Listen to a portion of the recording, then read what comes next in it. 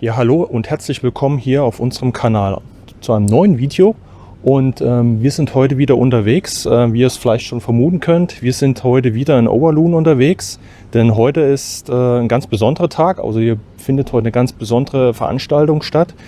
Wir treffen uns heute mit einem YouTube-Kollegen aus den Niederlanden, der uns heute einen T69 vorstellt.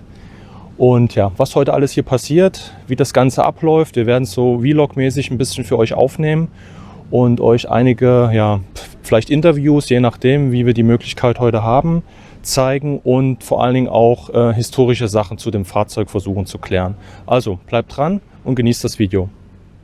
Ja, geht auf jeden Fall auch auf den Kanal vom Master Milo vorbei. Wir werden euch den jetzt hier nochmal verlinken. Wie gesagt, heute erstes Treffen. Er ist da schon sehr lange auch im Geschäft und restauriert da alle möglichen Fahrzeuge und Panzer. Und ja, wird auf jeden Fall eine ganz interessante Geschichte für euch werden, weil gerade wir, sage ich mal, ja, Fahrzeuge in dem Sinne noch nicht viel auf unserem Kanal gezeigt haben. Und deshalb ist das, denke ich mal, auch für euch was ganz Neues. Ja, hier ist das Gelände, hier kommt er gleich reingefahren. Hier findet üblicherweise die Abladung statt. So, und dann gibt es jetzt hier gleich so eine Teststrecke. Hier werden auch immer die Fahrzeuge vom Museum rausgefahren. Museum waren wir jetzt eben auch schon drin gewesen. Da gehen wir höchstwahrscheinlich dann gleich nochmal rein. Aber das Fahrzeug sollte jetzt jederzeit kommen. Und ja, dann gucken wir einfach mal, wie das Ganze hier abläuft. Wird auf jeden Fall richtig spannend werden.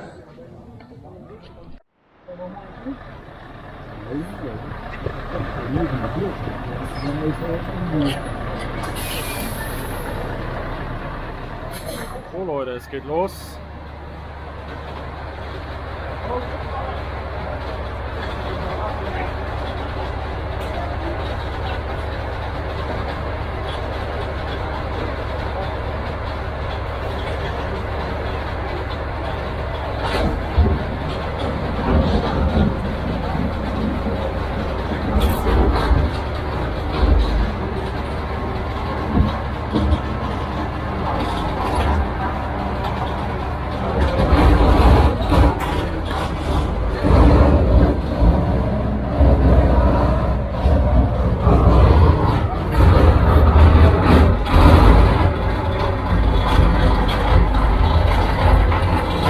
Was für ein Sound!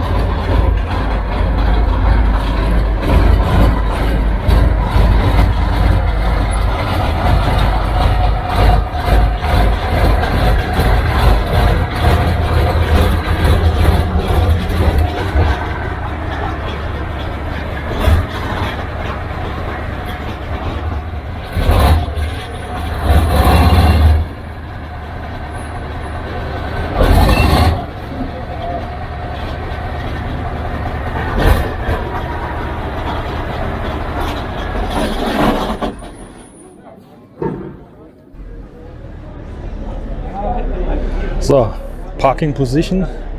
Wir gehen eben mal kurz hier rum.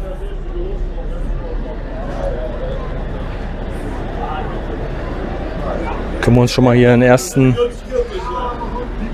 Blick verschaffen.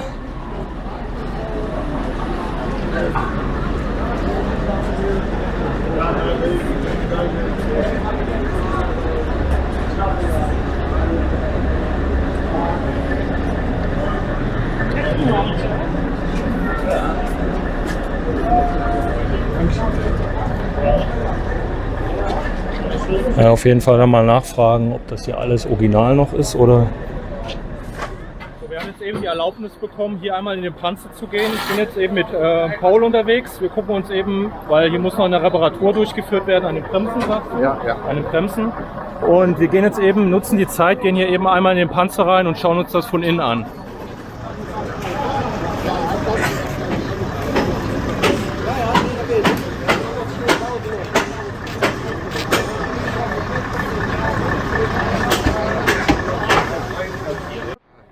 Okay, also wir gehen jetzt hier eben einmal in den Fahrerbereich rein. Niet auf den Hebel daar treden. Okay, ja. Want dat is für den Stuhl hochzusetzen.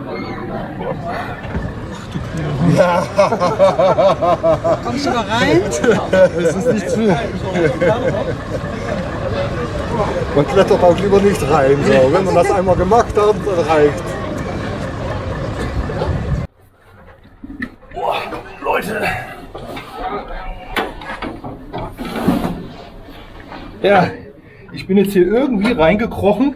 Ich glaube nicht so richtig.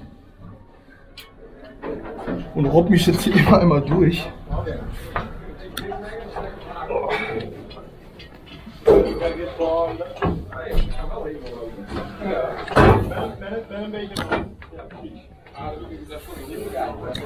So Leute. Also, das ist wirklich sehr, sehr eng. Also von außen sieht der Panzer halt wirklich riesig aus. Aber das ist hier ja im Prinzip schon für den Schützen. Also das ist...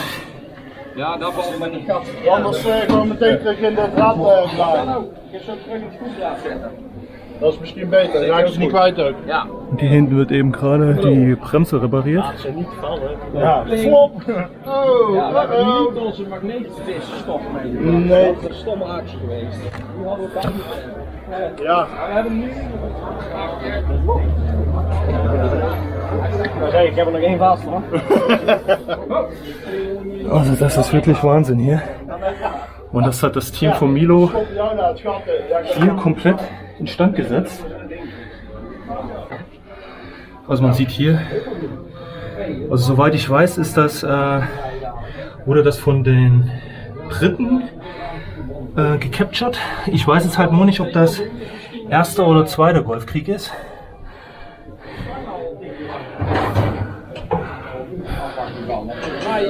Een plaatje had leggen daar.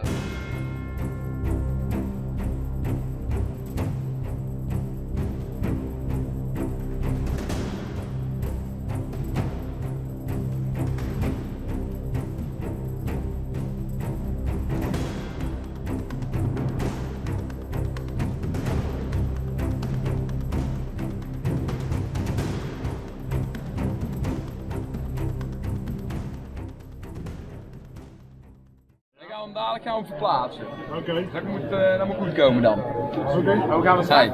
Milo is a tank from second or the first Gulf War? The first one. First? Yeah. Yes, yeah. okay. It's from 91. We have also a stain. It's of stone. It's on the it's on the truck, Yeah. and that says which units captured this exact vehicle. From the British Army, yes. yeah, Okay. indeed. And this is from the National Guard of the Iraqis? Yeah. Yeah, okay. Yeah. Okay. The national it was not National Guard, but weet je nou, with the triangle. Okay, okay, okay. Imperial Guard? Ik denk zo, ja. Something like that. I'm not Okay. sure. Und der war halt direkt auf dem Schlachtfeld, ne? Direkt auf Battlefield? Ja. It was Wir captured. wissen genau, Kuwait. wo er richtig zum Einsatz kam, wissen wir nicht. Ja. Wir wissen aber, dass er wo Kämpfschäden hat. Ja. Also da ist mehrmals drauf geschossen worden. Okay, ja. Er hat auch einige Einschlagwürfe gehabt. Ja. Aber wo genau er zum Einsatz gekommen ist, das weiß ich nicht. Das weiß keiner. Wir haben ja schon einiges versucht zu finden, aber leider. Okay, ja. So, ihr seht es, das ist wirklich Wahnsinn hier. Also hier, ich bin hier so drin. Also nur mal für alle, die es vielleicht nicht wissen, ich bin 1,93. Das ist wirklich Wahnsinn. Also hier unten ist wohl so ein Teller, der die ganze Apparatur oben den Turm dann drehen kann. Hier habt ihr noch diverse Falltafeln.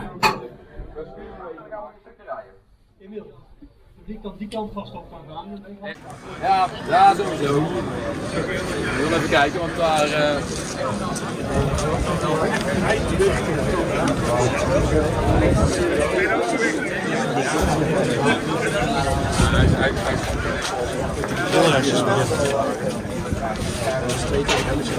Er zit een klakson op. Een beetje achter de voet. Dat wordt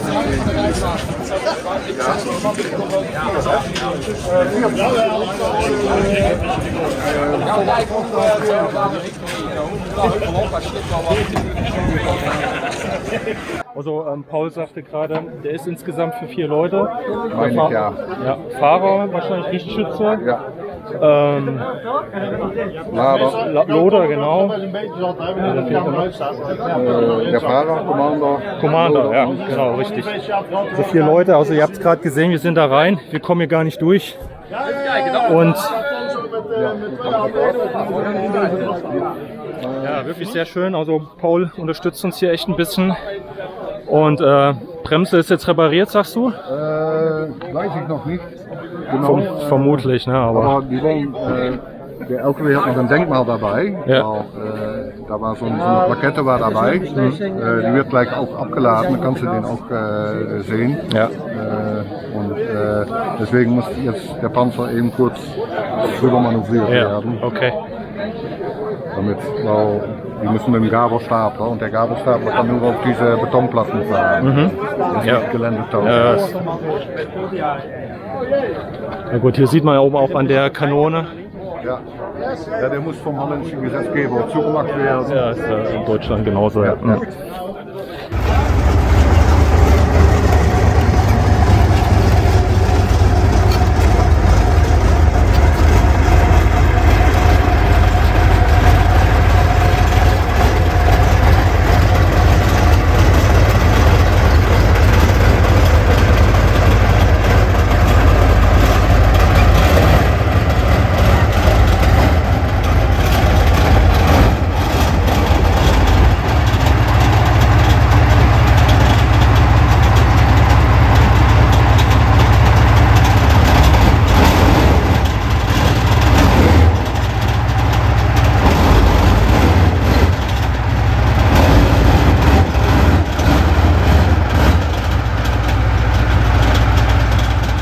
So einfach, ne? Nee, das Bremsen, der muss ja mit Bremsen lenken. Ja. Und ja, das funktioniert noch, das muss noch eingestellt werden. Deswegen kommt er jetzt die Kurve auf die. Okay. Ja, es ist ja so gesehen heute ein richtiger Test. Auch, ja.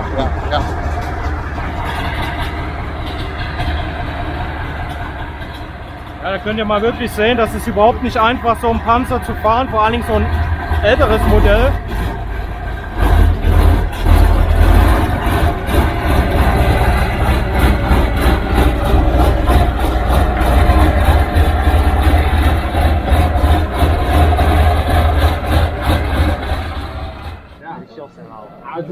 Und warum musste er ihn jetzt hier hinten aufmachen? Damit er an die. Ach so, das ist jetzt nur noch, blieb jetzt nur noch offen, okay. Ganz ruhig da mal eben rein. Ja.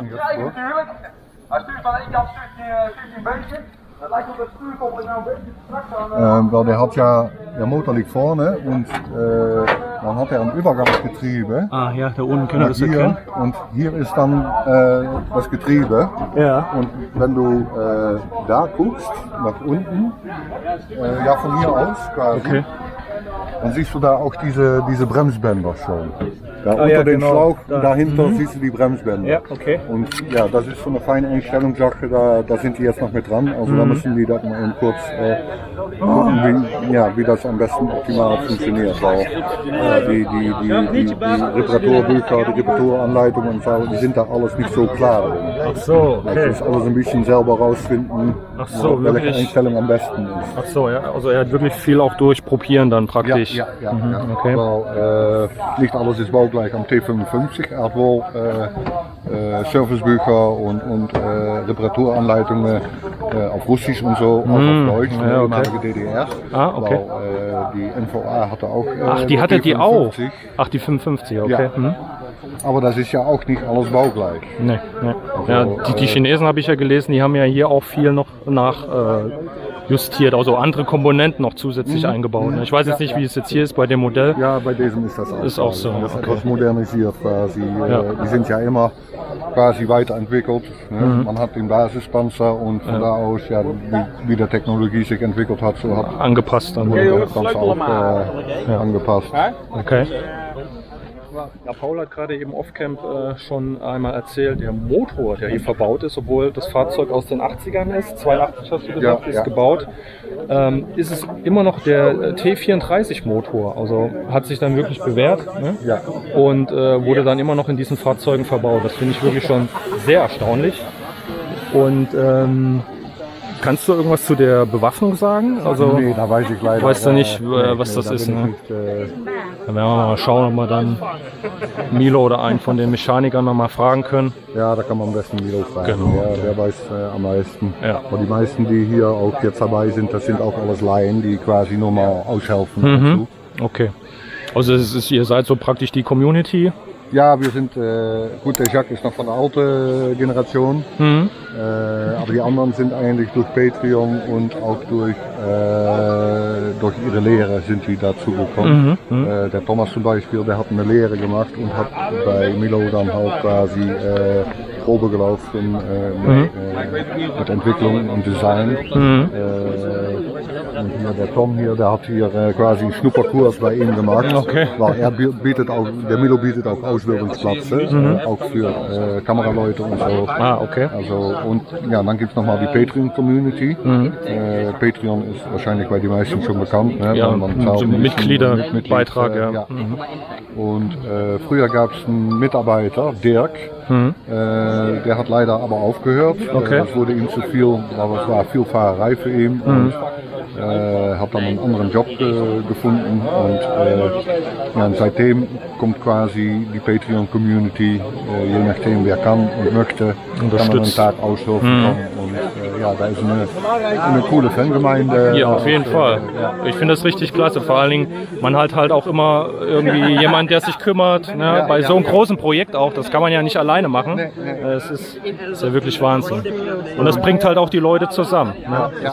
Weil auch der Robby, der oft kommt, der vorhin auch gelotst hat, Ja. der hat selber hier am Nashorn gearbeitet, hat dann restauriert. Und mittlerweile hilft er auch bei Milo aus und gemeinsam haben die auch ein Weasel-Projekt. Das ist ein ganz kleines Raupenfahrzeug aus dem Zweiten Weltkrieg, amerikanisch. Und da sind die auch gemeinsam am Restaurieren. Ja, im Moment liegt das still, weil Teile suchen. Das braucht seine Zeit. Das stimmt. Wie ist das dann eigentlich mit den Teilen? Wie werden die eigentlich besorgt? So? Je Unterschiedlich, nachdem, ne? Unterschiedlich. Er hat auch ein BMP, da sind Teile aus Polen gekommen. Hier sind auch gewisse Teile aus Polen gekommen. Weil ja auch, die polnische Armee hatte ja auch der T-55, manche sind auch baugleich. Und Hier ist gerade irgendwas rot gewesen. Das ist Überhitzung, Kamera, das ist nur der Bildschirm, ja, das ist jetzt das Wetter, ja. Und einiges nachmachen, auch selber neu bauen. Gut, die Tanks, die waren dann noch gut, aber hinten ist auch ein Kasten drauf, den hat er selber auch nachgebaut. Ja. Und auch diese, das ist ja auch Die Aufhängung da für die Kanister da, oder? Das ist eigentlich Schutz. Schutz, so, Für ja. Raketenschutz. Okay, damit sie nicht direkt auf die Panzerung treffen, ja. Das hat er auch komplett neu nachbauen müssen, weil das war auch gar nicht dran. Und diejenigen, die das da draufgesetzt haben, haben das auch nicht wirklich schön gemacht. Also, aber er hat alles originalgetreu restauriert. Der Typ 69 ist ein chinesischer Kampfpanzer, der in den 1960er Jahren aus dem Typ 59 entwickelt wurde und bis in die 2010er Jahre in verschiedenen Streitkräften im Einsatz war. Der Panzer hat eine Besatzung von 4 Personen und wiegt je nach Version etwa 36 bis 37 Tonnen. Mit seiner 100 mm oder 105 mm Kanone und einer maximalen Panzerung von 203 mm ist er gut bewaffnet und geschützt. Angetrieben von einem 12-Zylinder-Dieselmotor erreicht der Typ 69 auf der Straße eine Höchstgeschwindigkeit von 50 km pro Stunde. Die Reichweite beträgt zwischen 360 und 420 km je nach Version. Ursprünglich wurde der Typ 69 mit sowjetischer Technologie entwickelt, insbesondere nach der Untersuchung des T-62, der während eines Konflikts mit der Sowjetunion erbeutet wurde. In den 1980er Jahren, als die Beziehungen zwischen China und dem Westen sich verbesserten, integrierte Norinco westliche Technologien in den Panzer. Dies führte zur Entwicklung des Typ 79, der eine britische 105 mm Kanone und ein modernes Feuerleitsystem erhielt. Der Typ 69 zeigt die kontinuierliche Entwicklung und Anpassungsfähigkeit der chinesischen Panzertechnologie über mehrere Jahrzehnte.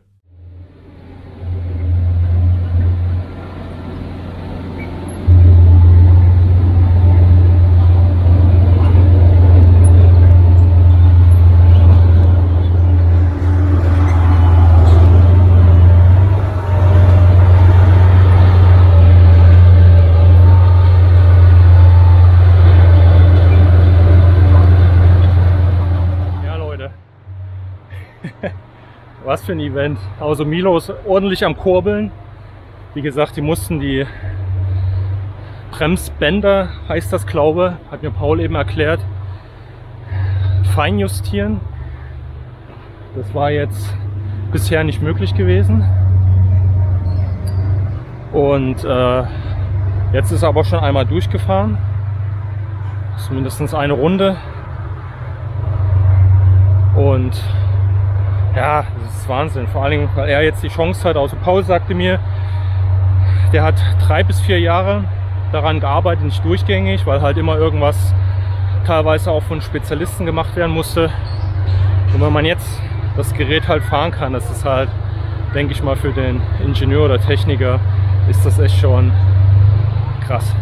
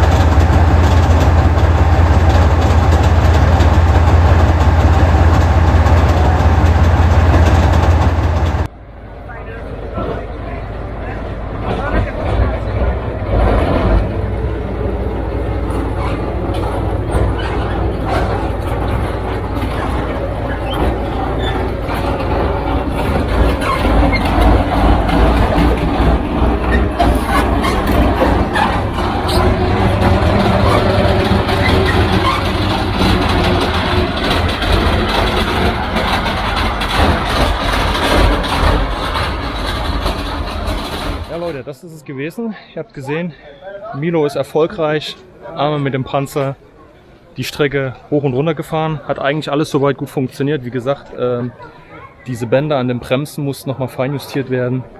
Also das Gerät ist in der Garage, bleibt jetzt noch bis zum 17. August, wenn ich das richtig verstanden habe, hier im Museum.